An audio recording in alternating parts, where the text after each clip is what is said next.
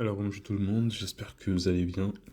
Je vais du coup vous faire une réponse à ce qu'on a partagé sur WhatsApp hier concernant les choix du conjoint. Et déjà, je tiens à remercier toutes les personnes qui ont contribué et qui ont enrichi les échanges. C'était effectivement très très riche, très pertinent. Et je pense que les personnes qui ont lu ont été édifiées par les différents points et les différentes réponses qui ont été données. La première question était de savoir si je croyais, en tout cas si nous croyons au concept de l'homme et de la femme de la destinée. Alors pour répondre à ça, personnellement j'y crois. Je crois que Dieu a destiné des personnes spécifiques pour nous accompagner dans notre destinée. Si on part du principe que notre destinée elle est tracée, si dans la Bible David pouvait affirmer que les jours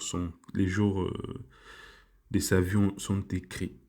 Et si la Bible encore, pour aller plus loin, nous dit dans Ephésiens 2:10 que Dieu a préparé les choses, des bonnes œuvres pour nous, afin que nous puissions les pratiquer. À mon avis, il me semble tout à fait convenable d'affirmer qu'il y a aussi des personnes que Dieu a préparées d'avance pour nous, prédisposées afin de nous aider justement à accomplir ces bonnes œuvres-là qu'il a préparées d'avance pour nous. Parce que quand Dieu donne la vision, il prépare aussi la provision. Donc, lorsque Dieu va donner une vision concernant un appel, concernant une destinée, je crois fortement que Dieu prépare aussi toutes les ressources, qu'elles soient humaines ou matérielles, afin d'amener à manifestation cette vision-là. Donc, c'est ça ma conviction concernant ces points-là. Mais je pense que là où c'est plus intéressant, c'est sur la deuxième question. Mais juste pour enrichir encore concernant la première question, lorsqu'on va regarder dans la Bible, on voit que Dieu a créé l'être humain avant. On voit que dans Genèse 1, 26, on voit que Dieu créa l'homme et la femme. Mais c'est uniquement à partir de Genèse 2, 18 qu'on commence à mentionner l'histoire d'Adam et Ève. Dieu l'avait déjà en fait pour vision les mariages, donc c'est la première institution qu'il a créée avant toute autre chose.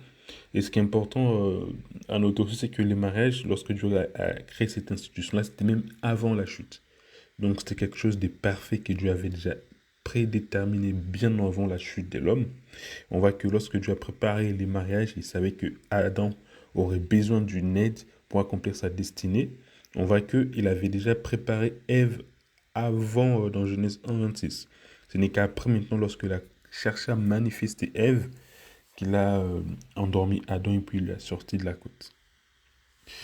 Ensuite, la deuxième question était de savoir quelle était la définition ou la compréhension du concept de l'homme et de la femme de la destinée. Alors pour moi, l'homme, la femme de la destinée, c'est simplement la personne qui correspond à la volonté de Dieu pour ta vie. Et dans cette compréhension que je pense, il y a beaucoup de troubles en fait. Je pense que c'est à partir de là que certaines personnes créent des débats. Je pense que pour certains, ils vont dire non, il existe un seul homme et une seule femme de la destinée, et pour d'autres, il en existe plusieurs. Moi, je penchais du côté des personnes qui vont affirmer qu'il existe plutôt un type de personnes qui vont partager des traits communs et avec qui on peut potentiellement accomplir notre destinée. Moi, c'est ça ma position. Je pense pas qu'il y ait une seule personne précise que Dieu a préparée pour nous. Quoique, lorsqu'on va aller plus loin, on va peut-être, je vais revenir dessus, mais je pense plutôt qu'il y a un groupe de personnes, un type de personnes qui partagent des traits communs, qui vont avoir des traits assez similaires, qui vont nous plaire, qui vont nous attirer et qui auront potentiellement la capacité de nous aider à accomplir notre destinée. Et je crois aussi parce que lorsqu'on parle de la destinée, il existe plusieurs personnes qui peuvent avoir des destinées très très similaires. Bon, je pense que notre destinée, lorsque tu vas regarder autour de toi, tu vas toujours nous connecter à des personnes qui ont des traits communs en fait. On va voir on partage plus ou moins les mêmes battements de cœur, on partage plus ou moins la même vision, on partage plus ou moins... tu sais qu'en fait, ta destinée, tu sens qu'il y a des personnes qui vont... avec qui vous partagez plus ou moins la même destinée en fait. Les parcours de chacun restent uniques, La trajectoire, idem, elle demeure unique, mais la mission reste la même en fait pour un groupe de personnes. Vous allez voir que Dieu vous appelle à ça, mais chacun aura ses spécificités, chacun aura sa particularité pour accomplir cette mission-là. Et je pense qu'en fait, toute la subtilité, raison pour laquelle je reviens dessus, lorsqu'on va parler du fait qu'il existe un type de personnes, c'est tout dans le fait que pour certains, lorsqu'on leur dit qu'il existe un type de personne, ils ont tendance à prendre ça à la légère. En fait, ils se disent que vas-y, donc si, s'il existe un type de personne, ça veut dire que il n'y a pas de mauvais choix possibles en fait. Donc pour eux, forcément, ils vont toujours faire les bons choix. Donc en gros, ben, de toute façon, j'ai plusieurs choix, blablabla. Tant pis si ça ne marche pas avec X ou avec Y, je vais tomber sur la bonne personne tant que je suis dans ces cercles-là, en fait, des personnes qui correspondent à mon type. Et ça, c'est faux. Il existe un type des personnes qui va plus ou moins correspondre, en fait, à notre vie, à notre destinée, et tout ce que vous voulez. Il existe un cercle des partenaires potentiels, mais dans ces cercles-là, dans ces types-là, il y a toujours une personne spécifique que Dieu va valider et qui va correspondre à sa volonté parfaite pour nous.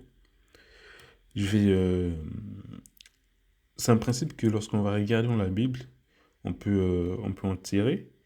Pour chacun des projets que Dieu va former, pour chacun en fait de ses desseins, Dieu sélectionne toujours un groupe de personnes, un type ou même une race qui va choisir pour accomplir ses desseins, ses projets.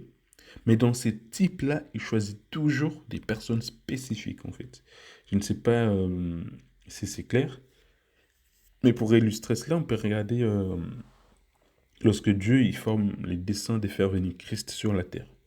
Il les termine sur les millions. Je pense qu'à l'époque, on n'était pas des milliards, peut-être qu'on était des millions, ou voire moins, peut-être des milliers. Sur les milliers de personnes qui existaient à cette époque-là, il choisit Abraham.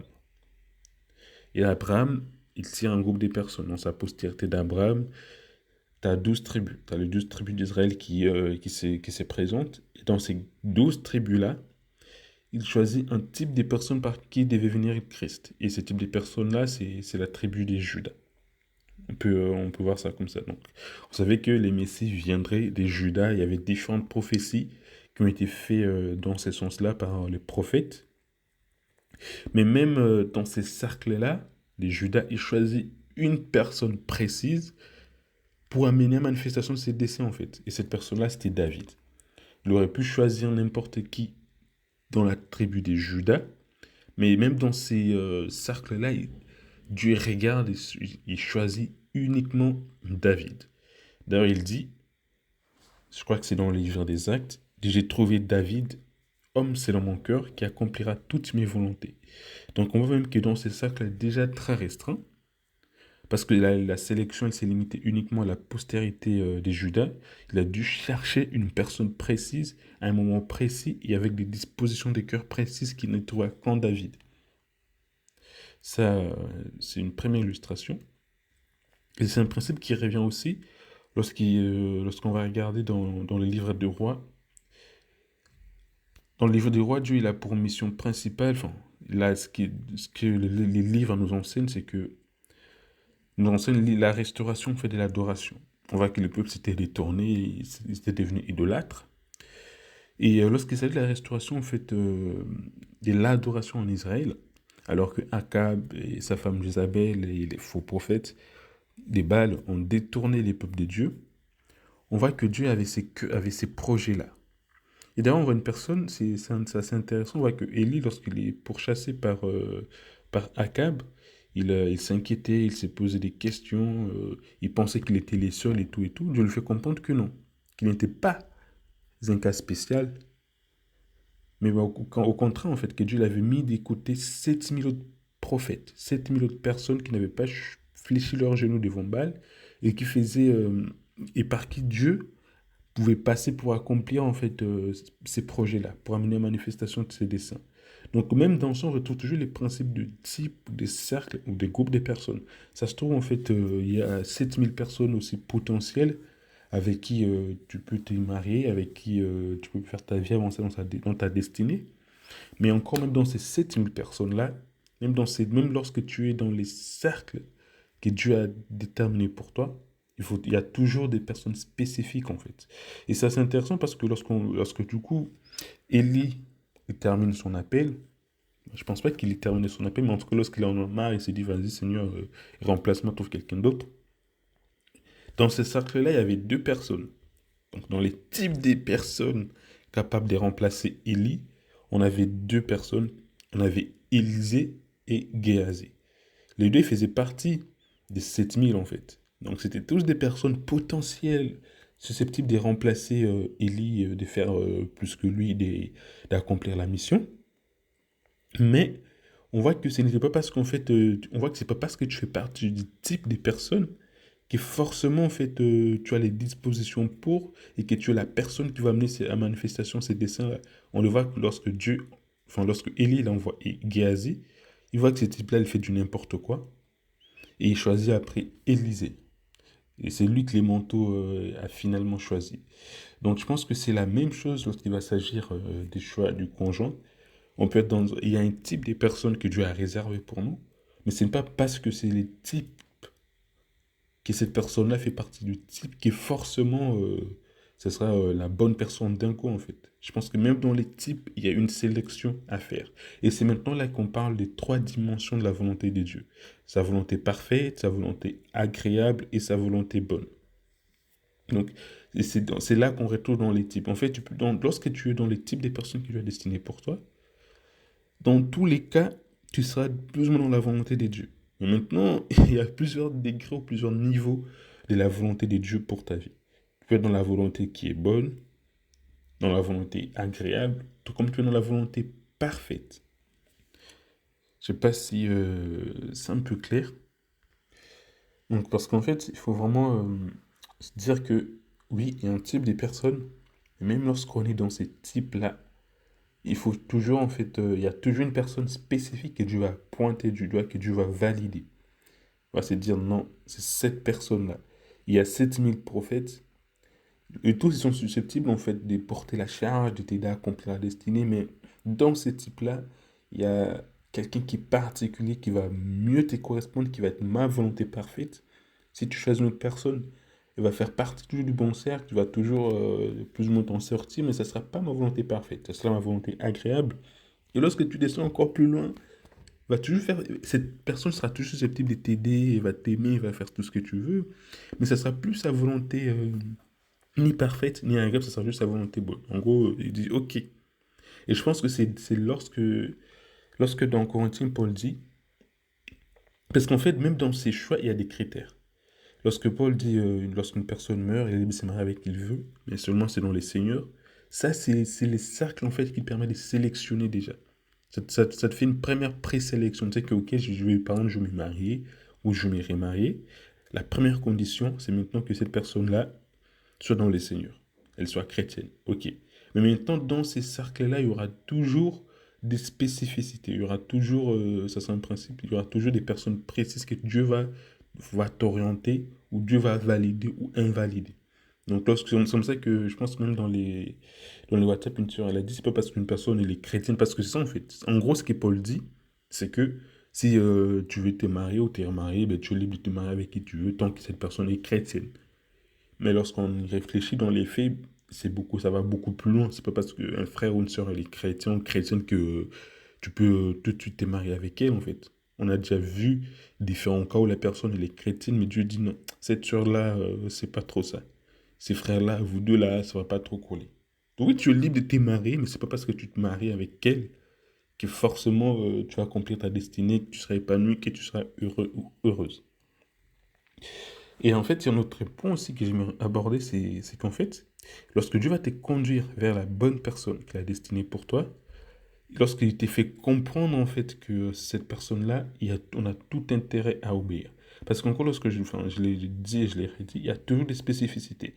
On a par exemple l'exemple d'Abraham et de Sarah. Dieu fait la promesse à Abraham qui sera le père d'une multitude et tout, qui va accomplir sa destinée et tout. Et Dieu, pour ça, il met à ses côtés Sarah. Sauf que Abraham, pensait pouvoir accomplir sa destinée avec une autre femme. Parce que la promesse qu'il avait reçue, c'était d'avoir Isaac. Oui, tu auras un fils et tout. Il s'est dit, bon, si seulement c'est question d'avoir un fils, je peux avoir ce fils avec n'importe qui. Vu que ma femme, on a tenté, Sarah, c'est plus trop ça. Il a essayé d'avoir un enfant avec Sarah, mais ça n'a pas marché. Ça n'a pas marché parce que je pense que c'était pas encore le temps et que la foi, les niveaux des fois, c'était pas encore ça. Du coup, comme la promesse tarde, ils ont craqué, il est parti faire l'enfant avec sa femme, enfin sa servante Agar, et ils ont donné naissance à Ismaël. Et ce qui est intéressant, c'est que c'est pas parce qu'il est parti chez Ismaël que la promesse, enfin, il est parti chez Agar que la promesse s'est réalisée en fait. Des fois dans la destinée, il y a cette pression-là que Dieu met en fait. Que tu le veuilles ou pas, lorsque Dieu t'a dit, va vers cette personne, et que c'est toi qui portes la promesse, tu peux être comme Abraham, tu dis, bon, pourquoi seulement elle? Je peux aussi aller chez l'autre. Dans tous les cas, les plus importants, c'est que l'enfant vienne. Mais non, lorsque Dieu te donne des instructions précises et spécifiques, apprends à obéir. Sinon, tu vas avoir des Ismaël qui vont combattre tes Isaac. Je sais pas si c'est un peu clair. Donc, en fait, ici, mon point, c'est juste de dire qu'il existe les types de personnes, mais dans ces types, il y a des spécificités. En fait, ce qui est intéressant avec Abraham, c'est que ils ont eu Isaac avec Sarah. Sarah fut mourue avant lui. Et après, il s'est remarié. Il s'est remarié avec Ketura,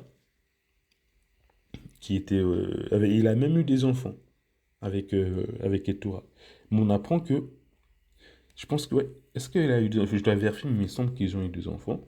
Mais ça, c'est ma conviction. Je pense pas que même si du vivant de Sarah, si au lieu d'aller chez Agar, il partait chez Ketura, je ne pense pas que Sarah était l'enfant de la promesse. Je pense que pour eux deux, la promesse était attachée au fait que ça devait se faire avec Sarah. Parce qu'au final, on dit qu'ils n'arrivaient pas à avoir d'enfants. Mais on comprend en fait que toute leur destinée, tous ces combats-là liés à la foi, c'était pas tant du côté d'Abraham, c'était plutôt du côté de Sarah. Parce qu'au final, on voit qu'Abraham, lui, il pouvait toujours concevoir. Mais c'est plutôt Sarah qui avait cette lutte-là, en fait. Et cette promesse-là était attachée à la personne de Sarah. Et de même, en fait, dans notre destinée, il y a des promesses qui sont attachées à des personnes spécifiques. Surtout lorsque tu reçois la révélation, en fait. Dieu te montre, c'est X. Faut pas faire du n'importe quoi. Tu dis, bon, il faut pas faire la même erreur qu'Abraham, en fait. C'est tout. Faut pas faire cette erreur-là. Oui, ses frères, cette sœur, elle peut faire partie des types des personnes potentielles que tu es susceptible d'épouser et d'accomplir ta destinée. Mais ce n'est pas parce qu'elle fait partie des 7000 que forcément ça sera elle en fait. Ça se trouve, c'est un gazé et tu finis par enfanter des Ismaël. Donc je pense aussi que si Dieu est aussi précis dans cette affaire, c'est parce que l'être humain a sa part de responsabilité dans l'accomplissement de sa destinée. C'est un peu comme avec les apôtres. Ils étaient à 12, ils faisaient tous partie du même cercle, mais chacun avait sa spécificité. Chacun était unique en son genre en fait. Notre destinée, elle est écrite sans être écrite. C'est-à-dire qu'en fait, tout sera fonction du choix et des décisions que nous allons prendre. Et c'est pour ça que Dieu va toujours nous laisser en fait une certaine marge d'erreur. Parce qu'en fait, si on n'avait pas des marges d'erreur, on serait plutôt dans une forme de fatalité. Le libre arbitre ne nous servira à rien vu qu'au final, peu importe le choix qu'on fait, on tombe toujours dans la même direction. Que tu tapes quelqu'un, que tu tapes pas quelqu'un, que tu pries pas, que tu réfléchisses pas, peu importe la décision que tu fais, tu tombes toujours sur la bonne réponse. C'est comme ça que Dieu il laisse une certaine marge d'erreur à l'homme afin que nous puissions en fait avoir notre part des responsabilités dans l'accomplissement de nos destinées. Je sais pas si je me fais comprendre. Sinon, ça serait trop facile en fait. Ça veut dire que bon, peu importe tous les choix que tu fais, que tu fasses du n'importe quoi dans ta vie, tu vas toujours tomber sur la bonne chose. Non, non, non, non. C'est pas comme ça. Et c'est pour ça que j'aime beaucoup lorsque dans Ésaïe 45 au verset 7, Dieu dit, j'ai forme la lumière et j'ai créé les ténèbres. Je donne la prospérité et j'ai créé l'adversité. Moi, l'Éternel, je fais toutes ces choses. En fait, c'est très, très intéressant parce que, et c'est très, très profond, Parce qu'on comprend qu'en fait, c'est Dieu qui met toutes ces choses, en fait. La Bible dit dans Deutéronome que il dit, je mets devant toi la vie et la mort. La bénédiction et la malédiction. Choisis la vie afin que tu vives. Donc, Dieu, il est celui qui place tant les bons choix, enfin les bonnes propositions et les mauvaises propositions. C'est comme un prof qui à l'école, lorsqu'il tu passes un examen, il fait ta feuille d'examen, il te donne des réponses avec des choix multiples. Réponse A, je sais pas c'est quoi la capitale de France. Réponse A, Paris. Réponse B, Marseille. Réponse C, Toulouse. Réponse D, Kinshasa. En fait, dans ces je crois que c'est 4 ou 5, dans ces réponses-là, dans ces choix multiples, tu as la bonne réponse, mais tu as aussi des mauvaises réponses. Et c'est comme ça, et c'est la même chose avec Dieu. Concernant notre destinée, il fait un choix multiple. Tu as, la bonne réponse quelque part, mais tu as aussi des mauvaises réponses parce que on a notre part des responsabilités. Sinon, ça serait trop facile. Ça serait que tu révisé, que tu étudié ou pas, tu viens, peu importe ce que tu coches, ça passe. Non, ça marche pas comme ça. Ça marche pas comme ça parce qu'on a notre part des responsabilités dans les choix que nous allons faire. Et ces choix-là seront accompagnés des conséquences, en fait. Lorsque tu fais un bon choix, voilà, les conséquences t'accompagnent. Lorsque tu fais un mauvais choix, les conséquences t'accompagnent.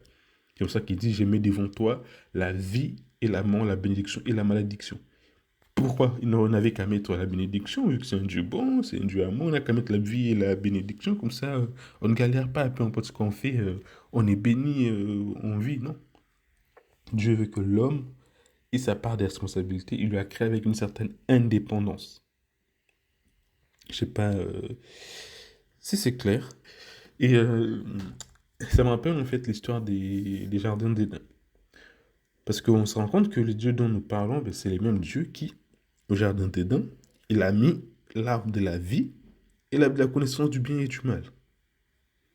Certains vont dire non, mais il savait, non. Je pense que Dieu, il laisse toujours une part de liberté à l'homme. Il est omniscient, il est omnipotent, il est omniprésent, mais il laisse toujours une part de liberté à l'homme. Sinon, c'est trop facile. Il dit, ok, dans ce jardin-là, je vais mettre l'arbre des vies. Si tu les manges, ben, tu vis éternellement, tu es heureux, tout ce que tu veux. Et puis je mets l'arbre de la connaissance du bien et du mal. C'est les mêmes dieux-là qui font ça. Parce qu'il veut que l'homme prenne ses responsabilités. Il sait qu'il sera confronté à des tentations et qu'il peut faire des mauvais choix et qu'il peut faire tout ce que tu veux. Mais il veut qu'en fait l'homme soit conscient de sa part des responsabilités. Et c'est la même chose lorsqu'il va s'agir de choix du conjoint en fait. C'est comme ça que les gens qui réfléchissent, qui disent non, non, peu importe les choix, et Dieu nous bénit, tant que la personne est chrétienne. Je pense que je l'ai suffisamment démontré, par des exemples, que ça ne fonctionne pas comme ça. Les gens qui vont dire non, peu importe ce qu'on fait, Dieu il est bon, c'est possible de tout et tout. Non, non, non, ça marche pas comme ça. Après, ce qui est maintenant important de préciser, c'est que même lorsqu'on fait des mauvais choix, Dieu sait recalculer notre trajectoire. Tu peux ne pas avoir épousé la volonté parfaite de Dieu pour ta vie, mais Dieu va savoir comment réparer les trucs. Ça veut pas dire que tu vas la couler douce, mais tu vas quand même sentir les conséquences, en fait, parce que c'est comme ça que Dieu a déterminé les choses. Il y a des choix, et ces choix-là, derrière, ont des conséquences qui les accompagnent. Donc voilà un petit peu. Je pense que ça, c'est la première partie. Je sais qu'il y a des choses que je n'ai pas mentionnées, il y a des choses que je n'ai pas traitées, mais je vais peut-être faire une partie 2 où je vais essayer d'aller un peu plus en profondeur par rapport à tout ça. N'hésitez pas à me faire vos retours sur ce. Que Dieu vous bénisse.